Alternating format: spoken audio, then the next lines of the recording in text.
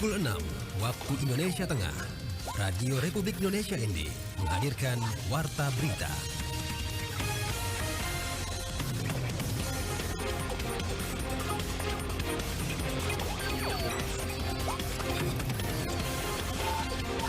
Selamat pagi pendengar dari kawasan Jalan Durian nomor 1 ND. Kembali kita ikuti Warta Berita. Sari Berita. Cegah inflasi dan stabilitas harga Pemkab Nagekeo berikan subsidi paket sembako bagi masyarakat. Akses jalan menuju Desa Wisata Nggela belum memadai. Kepala Desa Nggela harapkan perhatian dari pemerintah. Inilah berita selengkapnya bersama saya, Christine Senda.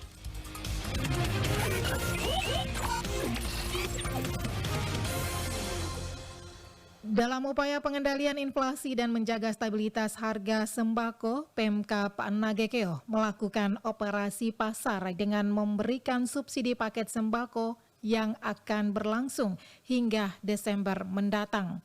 Selengkapnya, Ferry Sool melaporkan. Berbagai langkah dilakukan oleh pemerintah Kabupaten Nagekeo dalam mengatasi terjadinya inflasi harga di pasar, khususnya sembako. Salah satu langkah yang diambil pemerintah Kabupaten Nagekeo melalui Dinas Koperindak adalah memberikan subsidi paket sembako kepada masyarakat dan juga menggelar pasar murah yang bekerja sama dengan Perum Bulog setempat. Kepala Dinas Koperindak Nagekeo, Chris Ledo Bude mengatakan subsidi paket sembako yang diberikan kepada masyarakat berupa beras 5 kg, gula 1 kg, dan minyak goreng. Sasaran penerima adalah masyarakat bukan ASN, TNI, dan Polri. Subsidi paket sembako akan dilakukan sebanyak 4 tahap yang dimulai dari bulan September hingga Desember mendatang. Setiap tahap disiapkan sebanyak 1.485 paket sembako. Pembagian paket sembako akan dilakukan di setiap pasar yang ada di Kabupaten Nagekeo dengan syarat masyarakat cukup membawa kartu keluarga dan kemudian diberikan kupon untuk mengambil paket sembako. Jadi untuk tahun 2024 ini kami akan melaksanakan operasi pasar bersubsidi ini sebanyak 4 tahap. Di masing-masing tahap itu ada 1.485 paket. Yang masing-masing paket itu di atas beras premium, lalu ada minyak goreng dan gula pasir.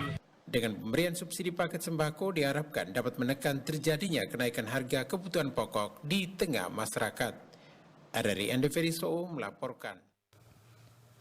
Akses jalan menuju Desa Wisata Nggela belum memadai. Kepala Desa Nggela harapkan perhatian dari pemerintah. Laporan Nikolaus Makumeli. Di sana kami kekurangan fasilitas jalan. Kalau harap dana desa yang satu yang juga tidak sampai itu, kami tidak bisa bangun. Masih belum memadainya akses jalan masuk menuju Desa Wisata Nggela, Kepala Desa Nggela Simpliso harapkan kepada pemerintah, dalam hal ini dinas terkait, untuk memperhatikan akses tersebut sehingga menurutnya akan sangat memudahkan bagi para wisatawan yang akan melakukan perjalanan wisata menuju Desa Wisata Nggela. Dijelaskan Simpli, berdasarkan pengalaman di lapangan, sebagian besar wisatawan lokal maupun mancanegara yang datang berkunjung sering menggunakan sepeda motor jenis Matic untuk melakukan perjalanan wisata sehingga memaksa para wisatawan untuk ekstra hati-hati agar terhindar dari kecelakaan.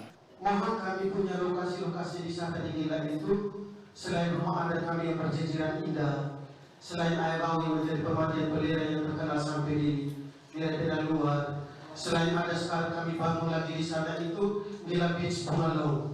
Di sana kami kekurangan fasilitas jalan. Kalau harap dana desa yang satu yang juga tidak sampai itu, kami tidak bisa bangun. Nggela menjadi satu destinasi penunjang wisata di Mutu dan Kabupaten ini. Menyikapi persoalan tersebut, dirinya sebagai kepala desa yang masuk dalam wilayah desa wisata mengharapkan kepada pemerintah agar memperhatikan persoalan tersebut sehingga tidak berpengaruh terhadap jumlah kunjungan wisatawan ke Desa Wisata Nggela yang pada akhirnya akan berpengaruh pada perkembangan perekonomian para pelaku ekonomi kreatif baik di bidang tenun ikat maupun di wisata alam. RRI Ende, Nikolaus Makumeli melaporkan. Kita beralih ke berita lainnya. Dinas Kesehatan Kabupaten Manggarai Timur fokus atasi angka stunting yang masih tinggi di beberapa kecamatan dan desa. Laporan Suimam. Kepala Dinas Kesehatan Kabupaten Manggarai Timur, Dr. Surip Timtin, kepada RRI Selasa 8 Oktober 2024 menjelaskan, dalam rangka penanganan stunting, Dinkes berencana untuk melaksanakan berbagai program intervensi, termasuk penyuluhan gizi, pemantauan kesehatan anak, serta peningkatan akses terhadap layanan kesehatan. Kolaborasi dengan pemerintah daerah dan masyarakat juga sangat penting untuk mengoptimalkan upaya penanganan stunting. Dikatakan, untuk di Kabupaten Manggarai Timur, pihaknya telah mengidentifikasi sejumlah kecamatan dan desa yang masih memiliki angka stunting tinggi. Kondisi ini menjadi prioritas utama bagi Dinkes dalam upaya meningkatkan kesehatan dan gizi masyarakat. Kecamatan yang masih posisinya tinggi itu ada 3 yang menjadi fokus prioritas kami, yaitu Elar Selatan, dan Ranamese. Kemudian yang keempat Songkar, tapi Songkar itu hanya sebagian saja desanya yang menjadi fokus kita. Setelah itu kita lihat ke desa yang stuntingnya di atas 10 ya, menjadi perhatian kita. Apalagi yang merah yang menurut kriteria WHO itu desa merah itu yang di atas 20. Dan itu menjadi fokus perhatian kita. Yang melanjutkan, terkait hal tersebut, Dinkes juga melibatkan tenaga kesehatan di tingkat desa untuk memberikan edukasi mengenai pentingnya gizi seimbang bagi anak-anak dan ibu hamil. Dengan langkah-langkah ini, diharapkan angka stunting di Kabupaten Manggarai Timur dapat berkurang dan kualitas hidup anak-anak dapat meningkat. Ditambahkan, dengan fokus yang lebih besar pada daerah-daerah dengan angka stunting yang tinggi, Dinkes berharap dapat memberikan dampak positif bagi masyarakat dan menciptakan generasi yang sehat dan berkualitas di Manggarai Timur.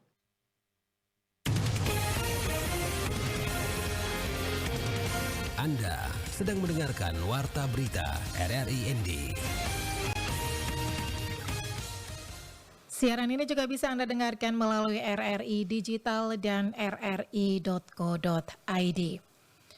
Ketua Dewan Pimpinan Cabang Partai Kebangkitan Bangsa PKB Kabupaten ND, Abdul Qadir Mosa Basa, menyatakan dukungannya terhadap calon wakil Bupati ND nomor urut 3, Justinus Sani dalam Pilkada ND 2024. Lady Badin melaporkan. Dalam pertemuan terbatas tim pemenangan paket jasa di Kelurahan Mautapaga pada Senin 7 Oktober 2024 lalu, Ketua Dewan Pimpinan Cabang Partai Kebangkitan Bangsa PKB Kabupaten ND, Abdul Qadir Mosa Basa, menyatakan dukungannya terhadap calon wakil Bupati ND nomor urut 3, Justinus Sani dalam Pilkada ND 2024. Qadir menyampaikan keyakinannya atas kemampuan Sani dalam menata keuangan dan birokrasi Kabupaten ND berdasarkan pengalaman kerjasama mereka di DPRD Kabupaten ND selama lebih dari 15 tahun. Wakil bupati itu bukan dia wakil bupati tidak. Sewaktu-waktu bupati berhalangan, dia bisa bertindak dan atas nama bupati kepala daerah. Dia harus ngerti persoalannya. Dia harus paham betul 2 hal. Hal yang pertama, good local governance. Tata pemerintahan lokal yang baik menuju pada clean government. Tata pemerintahan lokal yang bersih dan berwibawa. Pemimpin yang punya kualitas. Dalam kesempatan tersebut, Qadir juga mengajak masyarakat menjadi pemilih cerdas pada Pilkada 27 November mendatang. Ia menekankan pentingnya memilih figur berpengalaman seperti Justinus Sani yang terbukti mampu memimpin khususnya dalam memperbaiki kinerja PDAM ND selama kepemimpinannya. Kita harus memberikan political education kepada masyarakat kita, berikan pendidikan politik kepada masyarakat kita agar pemilih di tanggal 27 lebih cerdas dalam menentukan pemilihan 5 tahun akan datang. Untuk pemimpin ke depan, pemimpin harus ekstra berpikirnya, harus cerdas, harus tahu, ngerti baca tanda-tanda perubahan. Pemimpin harus mampu cerdas, peka terhadap perubahan. Tak hanya itu, Qadir juga memuji pasangan Sani yakni Jafar Ahmad yang dinilai berhasil mengembangkan sarana perhubungan laut di Kabupaten ND dan memberi dampak positif bagi perekonomian masyarakat. RRI ND, Lady Badin melaporkan. Sementara itu, Ombudsman Nusa Tenggara Timur gelar pertemuan soal kasus di SMA N1 Adonara Timur. Ombudsman Republik Indonesia perwakilan NTT menggelar pertemuan dengan berbagai pihak terkait kasus pemulangan sejumlah peserta didik di SMA N1 Adonara Timur, Kabupaten Flores Timur oleh kepala sekolah. Selengkapnya, Rosada Lima melaporkan.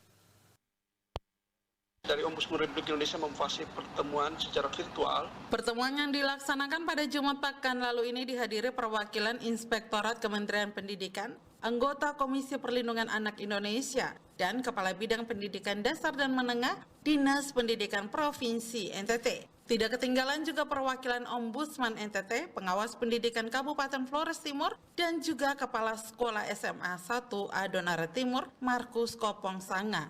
Kepala Ombudsman NTT Darius Bedadaton mengatakan dalam pertemuan itu kepala sekolah menjelaskan alasan sosiologis di balik keputusan pemulangan peserta didik ke orang tua.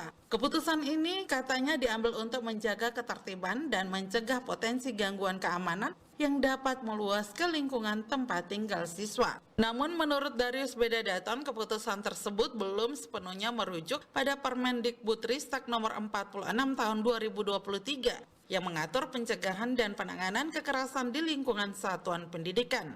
Harus mengacu pada Peraturan Menteri Pendidikan Ristek nomor 46 tahun 2023 tentang pencegahan dan penanganan kekerasan di lingkungan satuan pendidikan, khususnya pada pasal 60 Peraturan Menteri tersebut yang menegaskan bahwa sanksi administratif berat bagi peserta didik adalah pemindahan peserta didik satuan pendidikan lain atau pemulangan. Dalam pasal tersebut, lanjut Darius Bedadaton, sanksi administratif berat seperti pemindahan siswa hanya dapat dilakukan dalam kondisi tertentu, terutama jika terdapat dampak fisik dan psikologis yang serius terhadap korban. Tetapi sanksi berat tersebut adalah upaya yang paling terakhir setelah melalui beberapa tahapan atau apabila memenuhi berbagai kriteria seperti luka fisik berat, kerusakan fisik permanen, kematian, trauma psikologis berat, dan harus ada rekomendasi dari satuan tugas atau dinas pendidikan provinsi, dan itu belum dilalui oleh SMA Negeri 1 Adonara Timur. Darius juga kemukakan pada kesempatan itu semua pihak menekankan pentingnya kepala sekolah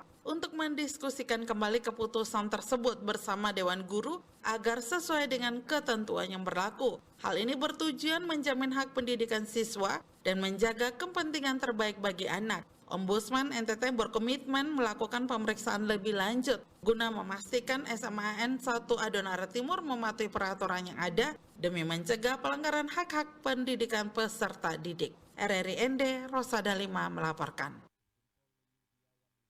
Anggota DPD RI temukan sampai saat ini banyak bangunan pemerintah pusat di wilayah Flores Mubazir tidak dimanfaatkan secara maksimal oleh pemerintah daerah.